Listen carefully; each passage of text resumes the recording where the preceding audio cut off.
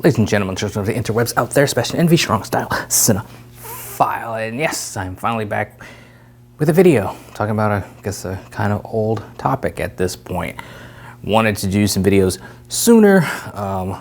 Migraines are something I deal with in my life, and they suck. If you're out there and you experience migraines, you know what I'm talking about. They can knock you on your butt, which one has done to me for on and off like the past few weeks and stuff. It's been a struggle. So I threw off my plan to start off 2022 with a bang, with some videos and kind of doing what I can to kind of, I guess, spread out my lug videos more and kind of get more than my 5 loyal viewers, 3 family members and a couple other people that actually watch these things, and just trying to make them better and just try to, touch more people, reach more people with them.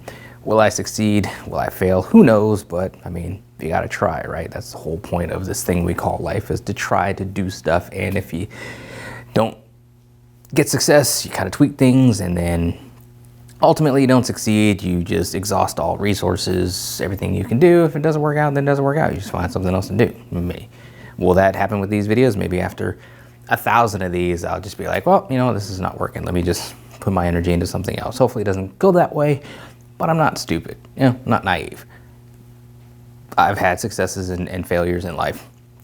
I adjust, I improvise, adapt, overcome, but, move on. But anyway, all that being said, first video of 2022, so let's geek about Hawkeye for a scant few minutes, because there's plenty of other reviews out there that go blow by blow for the series and what it was plot-wise and everything. I just want to touch on some things that I enjoyed about it. One of the things I kind of wonder with some of these series is, can they stick the landing with it? Did Hawkeye stick the landing? I don't know. It was only a handful of episodes, so things were kind of wrapped up in a rush. What I liked about the series was Jeremy Renner, just the everyman aspect of Hawkeye, the fact that he was kind of marginalized in his role as an Avenger to the public, with the musical, the Rogers musical, with that Hawkeye seems cool, like a really nice guy line, and then some people on the street were like, oh, it's Avengers, and then Kate makes a comment about maybe they were talking about him, but they're talking about, other guys with powers and that sort of thing, and just the toll that you could see that being a hero took on him, as far as physically, the fact he needed a hearing aid now, and those sort of things. I just enjoyed that aspect of it, just the realistic toll that you could see this life was taking on him, and their portrayal of that, his dealing with the loss of Natasha, and just how that weighed on him. It was just interesting to see from that standpoint. I thought Haley Steinfeld and him had great chemistry. She made a great Kate Bishop. I was never a huge Kate Bishop fan before the Avengers video game, which is hit or miss, but I played her DLC, played her character, and I got into her, a fan of her from that. I've read the Matt Fraction run of Hawkeye comics, which a lot of the Hawkeye series is based off of, or at least they kind of take some beats from it, as far as the Tracksuit Mafia and some other just little story beats with it. But I wasn't a huge fan of the comics, just wasn't my style of writing, of some of the stories. It just wasn't my cup of tea, but I wanted to kind of see where they were pulling from, and they did an admirable job of taking some of those larger, more well-meaning elements from that series and kind of mixing them in with the MCU Hawkeye and the MCU history that they have established. I like how they kind of set up why Kate is so enamored with Hawkeye, and just seeing him, as I said, as just the everyman, the person on the street kind of Avenger, and that she could aspire to be, and that's who she wanted to be. The plot with her and her mother and the swordsman, who was kind of a bait and switch, because in the comics, of course, swordsman has history with Hawkeye. In this, they didn't really have that, and they didn't really have any sort of showdown. Kind of teased it maybe early on, but then we didn't really get the follow through with that. He just turns into more of a kind of one-off jokey sort of character, which a lot of people give the MCU flack for giving us these sort of joke characters. And that's kind of what he turned into. So that was kind of like, I don't know, I wasn't really too attached to him from the get-go. But again, he had 6 episodes, so some people were going to get shortchanged. Echo in this, she was cool. The uniqueness of her and the people using ASL to communicate with her and that sort of thing, just how that was mixed in. Does she deserve a spinoff that she's getting, that she got before like the first episode of Hawkeye even dropped? We knew Echo was getting a spinoff. Is it enough to warrant that? Remains to be seen. Again, it also depends upon how many episodes of that we'll get. On the one hand, with these series, we've got with Loki and Falcon and Winter Soldier, WandaVision, now this, then we're going to get Echo, and then we're going to get Secret Invasion and Armor Wars and Ironheart and all that fun stuff.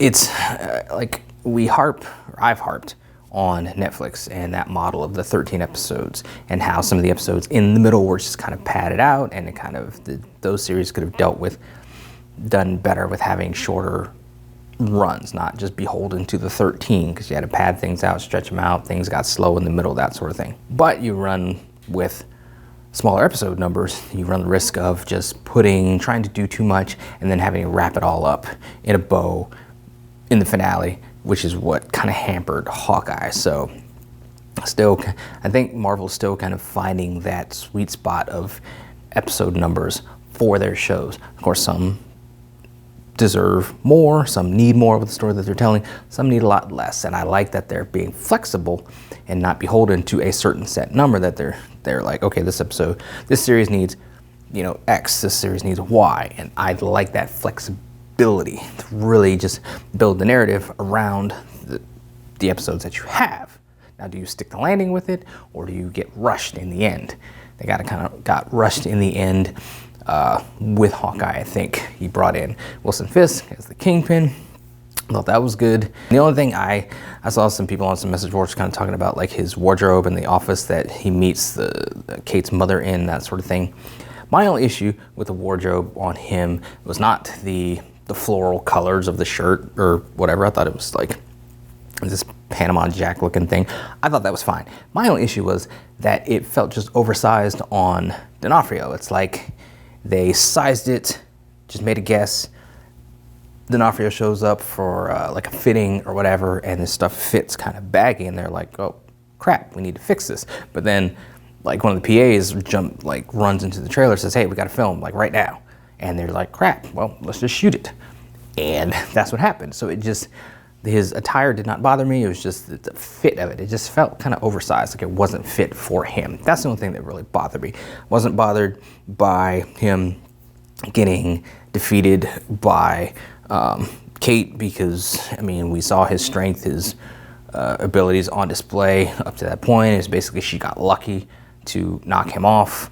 We had the bit with him and Echo at the end, but of course the camera pans up, there's a gunshot, we know he's not dead, or he could be, who knows, or they could just bring it back because there was no body, we didn't see anything. They could just do a flashback of, she pulls the trigger, he moves faster than she expected, hits her arm to the side, and then she misses, and then whatever. There's so many things because we saw no body.